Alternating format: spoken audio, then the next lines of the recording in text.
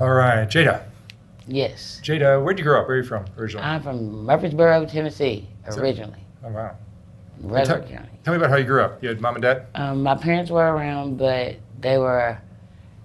my mama worked all the time, so I really was with my dad a lot. And then, honestly, they always fought a lot and it was just really kind of it was like dysfunctional. Like, I felt like my mother wasn't, I felt like my mother wasn't there like she should have been for me being a female. As far as it's like, keeping me, I guess you could say, guarded and knowing, right from wrong as far as with the men's and everything else. So, like, Is there stuff going on? yeah, a lot of stuff going on. She was never around. And then, like, honestly, I guess them trying to keep me guarded made me want to break more and rebel more. So I ended up doing drugs and starting drugs at like 16, 17.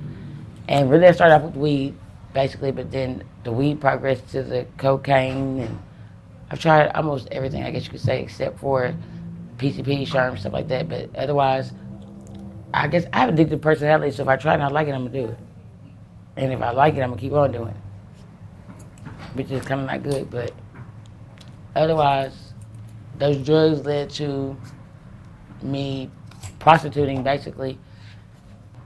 And 9 times out of 10, just walking down the street, a man might proposition a woman. And I'm the type where I'm not going to turn any money down, but also I'd rather use the money for the drugs versus being paid for sex for drugs. So basically, shit, that got me. I've met some characters, I guess you could say. I mean, like, it's been a couple of times where I've almost been in some sticky situations where, kind of been abused by a customer or two. And, kind of scary, but at the end of the day, I mean, it's the money really, and I know it supports my habit. What's the worst thing that ever happened to you doing it? The worst thing is getting beat up by one of my regulars. He was a regular. Really? He was a regular. See him all the time. Really, he used to come like twice a week. And I don't know what he had going on this time, but he ended up basically beating me up. I had a black eye and a broken blood vessel in my eye, on my eye. And that's, yeah, about that, yeah. He almost got to the point where he tried to rape me, but he didn't get that far. Which is like one of the scariest things that ever happened in my life, honestly. And I was sober, so it's a big difference. Because I wasn't able to numb that away. That's how I even got down here to California, all through prostitution, meeting people and going on trips, like saying, hey, I want to go. That's how I got here too, to California, because I came here from Jacksonville, Florida, Duval County. I was prostituting there too. Met a man who was coming here to handle some business, and I told him I wanted to come, and he brought me, and I've been here ever since. Back to your childhood. Was there sexual abuse in your childhood? As far as I've been around older, I guess you say, like, older people my age, but they were older. So, like, I had 2 situations where me and one person, we were basically at their family's house, and he told me to go in the bathroom, let's go to the restroom, and, let me see yours, I let you see mine. And then it got the touchy-feely, and which I wasn't trying to do nothing else, but he kind of pushed it on me a little bit. And so, therefore, I had to do the performance of what I was supposed to do, what he wanted me to do. And after that, I haven't talked to or seen him ever again. That's the worst thing that's happened to me, and it's scary. How old were you? I'm 38 years old. No, how old were you then? Back then, I think I was like 12, 13. Because he was like 15, 16. Because my mother told me to stay away from him, and I didn't listen to her. And that he was too older and too more mature. And I should have listened, and I didn't. I've been to college and everything. Like, I literally have been all right, but I guess it's the rebellion and being told to do right but wanting to do wrong that also led me down this ugly path of mine, which I want to change. But where do you think that comes from? The desire to do wrong, to be bad? More from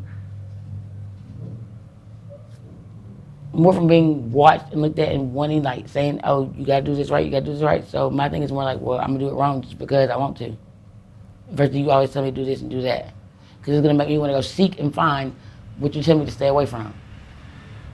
And that's why I started experimenting with weed. Like, I had been, my friends growing up had already been weed smokers or whatever. Like, I never tried it with them at first, but then when my parents came and tell me, oh, don't smoke no weed, don't smoke weed, I was like, fuck it. So one day after school, I went to my friend's house, and they were smoking, and I smoked with her, and I liked it. And ever since then, I've always been an avid weed smoker. I'm always smoke weed to the day I die. But I also let you other things, because like I said, the weed does not always get you high. I tried powder cocaine first, and snorting up the nose, you know, the stuff of your nose is not a good feeling after the fact. So I had an ex who was 31, I was 19, and he smoked those, what they call them, the Primos and the papers and the tobacco and the cocaine. Tried those, you know, like the smell tastes good. Then I graduated to say, fucking just start putting the glass pipe in my mouth. And after that, and after that, I stopped for like a couple of years, but then the stoppiness led me to do crystal meth. And I was watching Intervention one day, and I seen the lady blow smoke, and I was like, oh wow, I want to do that. And I moved to a town in Georgia that had crystal meth, and I met some people and started doing crystal meth. Is prostitution a way to support your drug Yes, sir. habit? Yes, it is, in a way. And also, I can say I'm a dibble and dabble and sell drugs, you know, too here, there, but just only to like support that habit or whatever. Yeah. And then when it comes to prostitution, I'm very particular. Very particular. I'm not none of these $20 hoes walking down the street, because they have made the game messed up for a lot of people with the $20 stuff. Yeah. They have. But at the end of the day, I'll never do it for drugs. Because I look at it like, you can't tell me what I'm worth as far as drug-wise when I get that money and go spend it on what I want to spend on, because I might want to spend it all on drugs. I might want something else too, you know? And you have a lot of men that do that to us women, because we have actually made it like that. I think if we didn't lower our standards or lower ourselves to the point where we would lower our worth for that person, I feel like it would be so totally different. I really do, honestly. But you know how that goes. Society and what we see around us is going to always be brainwashed and put to our minds to the point where this is what it is. So you learn so much, and then it's like, boom, that's what it is. That's what you expect. What have you learned about men from your years of doing this kind of work? All men aren't bad. All men aren't bad. And honestly, I look at it like, I can't say like a job, but more like they say, if it's something that you want, you're going to pay for it. Or you're going to go get it. So at the end of the day, with men, it's the same thing. It's not nothing different. I don't think it's anything different. It's just their preference may be, you know, a sexual, not necessarily addiction, but, you know, like that sexual appetite that they might not be getting enough of at home. You never know. Or whatever. But otherwise, not all men are bad. Some of them you take a liking to. Like, you have the ones that are your regulars that you get to know. So it's a big difference. Like, I don't look at them as just only a cut, like only just, you know, a customer. Now it's a total big difference, because, you know, they might, you know, say, oh, it's not about sex. Let me just pull up on you and just, you're going to go eat something or something. You know what I'm saying? So I don't judge. And that's my problem too, because I think that's one thing I have a problem with. I don't discriminate. So I give everybody the benefit of the doubt. So I lower my standards too much. Because I know that what I'm doing is wrong. I mean, I'm 38 years old. I have 2 kids, which I'm thankful for, because I really would have thought I had more. But it is what it is. I mean, hell, there ain't nothing else to do. Shit. You raise your kids? Yeah, I've been there for both of them. And like right now, my parents have my son and my daughter. So I have a relationship to the point where I call every day, all day. My son, one thing I say, he's 16 and he does not judge me. He loves his mother no matter what, literally. And he's like, when I turn 18, I'm gonna come with you to California. Like, he does not. And I put my son through a lot of shit. So I in and out of jail. He was there with me when I got arrested for the first time. All that. Like, he really could have been gone to those people already.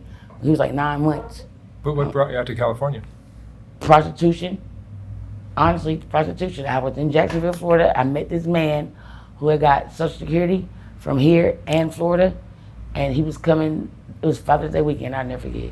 He was coming that weekend to come handle some business at the Social Security office. And I just met him. This man was like, hey, I got a friend. He has a lot of money. I was like, cool.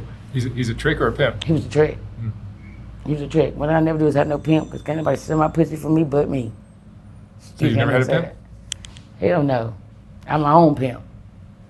I'm my own pimp because can't nobody put no price on myself but me for it. And there's no way in hell that I'm gonna be getting these men and giving my money to the next motherfucker who really ain't gonna do shit for me no way that I can't do for myself.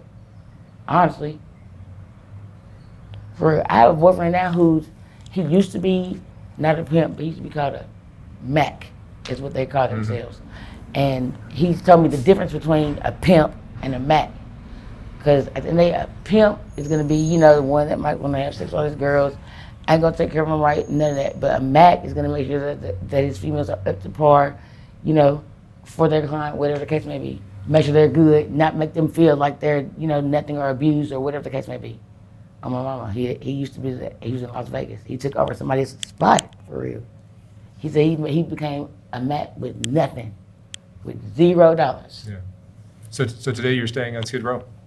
Yes. I'm on Wall Street on Skid Row at that, where all the heroin and the fentanyl and everything is at. You're in a tent? Yes, sir. Yeah. And then like I have drugs for sale all the time. I mean, really, it's more of a means of ways of taking care of myself. Like I don't have to go ask nobody for nothing. Like that's one thing I will not do and I cannot do. Like I don't even feel right asking somebody to give me 25 cents just walking down the street. Like I'm not comfortable with that because I'm used to doing it for myself regardless. Or whatever. So it's like really, this ain't what I want to do. It's really not. I mean, I've been to college, all that stuff. I mean, like literally, like it's just not what I want to do. But for the moment, it's what I'm doing because I mean, shit, it's money involved. And I mean, like I've had times where, like I would literally daytime like this, I've made like $200-300, and I just sit around and gamble all day. I'd like to play lottery tickets, but otherwise, I would never. You know, too excessive. But it's good to always have regulars. Always good to have regulars. It is. Because you know for sure, boom, I know that this day of the week, that this person's coming at this time. I know exactly what I'm going to have. I know exactly how long it's going to take. Like, literally, I'm a precise person. I just like to wham, bam, thank you, ma'am. I don't get high with any of my clients. None of that. Because my thing is, if you don't know what I do, you can't limit me to what you give me. And you're working the guy on Agatha Street? Hell no. That's one thing I won't do. Agatha, I've been there like a couple times, and the first couple times I went, it wasn't too bad, but then you got too many of those trannies walking around, so it's like, they're second guessing, are you a tranny too? And I'm like, hell no. So I'd rather just, like on my side, whether you know it or not, it's a lot of, I could say like more mature and more cleaner, I guess you could say, men that are around in that section, and plus, not all the time it has to do with sex. Like, it could just be, a girl to smoke with. Let me look at you or something like that, you know? If they want to smoke, it depends on who it is and what they're offering, because my thing is, if you know that I get high, after this, you might be like, oh, well, now let me drop the price, or, you know, let me give her some smoke, because I know she's going to go waste on drugs anyway, which you don't know if I'm going to go waste on drugs anyway. Because 9 times out of 10, I already got drugs already. And like I said, that money I'm using, I have to go buy me an outfit. I like to eat food, whatever the case may be. Like right now, as soon as I leave here, I'm going across the street, go buy me some clothes. I might go buy me some drugs, I'm going to buy me some weed.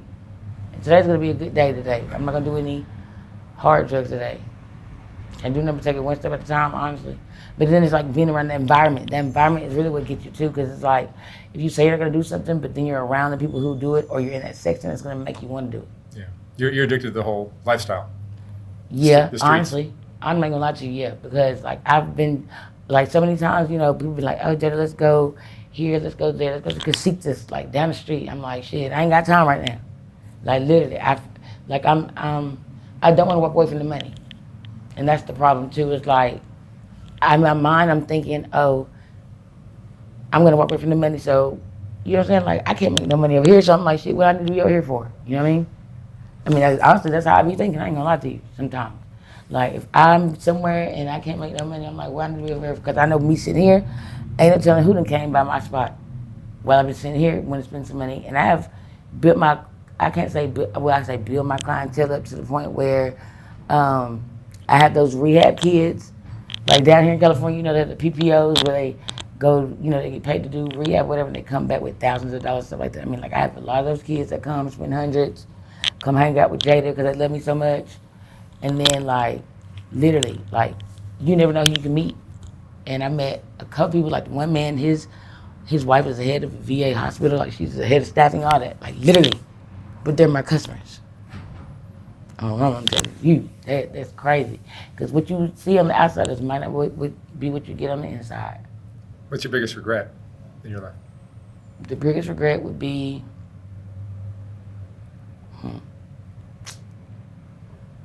the biggest regret would probably be not listening to my parents when I should have, honestly.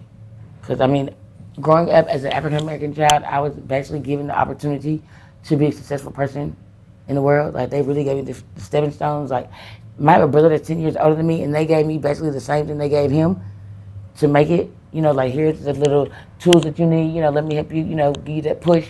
But honestly, I fucked it up. I mean, and I did it, not because I had to, because I wanted to. What's your brother doing today? My brother, he works at Nissan, which is, you know, a car company. So he's got a good job? And Yeah, and then he's had his lawn mowing service. He's been doing it since he was 16, and he's 46 now. But so, like, he doesn't have any life on the streets at all? None whatsoever. I mean, like, we're totally opposites. Like, he used to, and he might not even do it no more. He used to drink alcohol, like drink beers and stuff, but hell, I don't even think he does that anymore. But me, on the other hand, I'm so opposite. I'm the wild child. What makes a person take that path?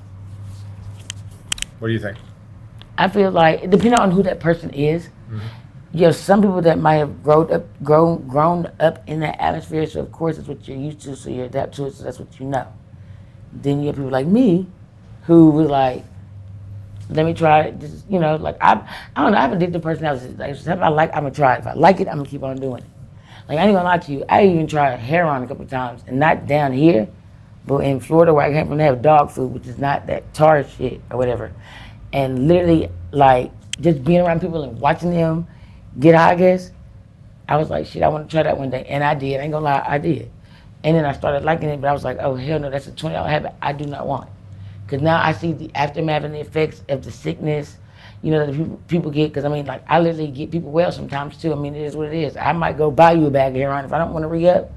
I have a friend that I literally will give him $10 and tell him, go get you some drugs. Like, honestly. I mean, I guess that's just me being too kind and nice. And like I said, I'm non-judgmental, so that's a big downfall for me. Honestly, it is. A huge downfall. What would you say is the most important lesson you've learned in your life? That I can't limit myself to my worth on my mama. That I know that my worth is more, and I just need to put it to use more and really get myself together and stop doing what the hell I'm doing, because I know I'm better than this. Honestly. Why not? All right. Yes, sir. Thank you so much for sharing your story. Thank you so much for letting me. I need to get that out, because I've been having a lot of stuff in. I wish you the best of luck. Thank you, sir. Thank you. Very much.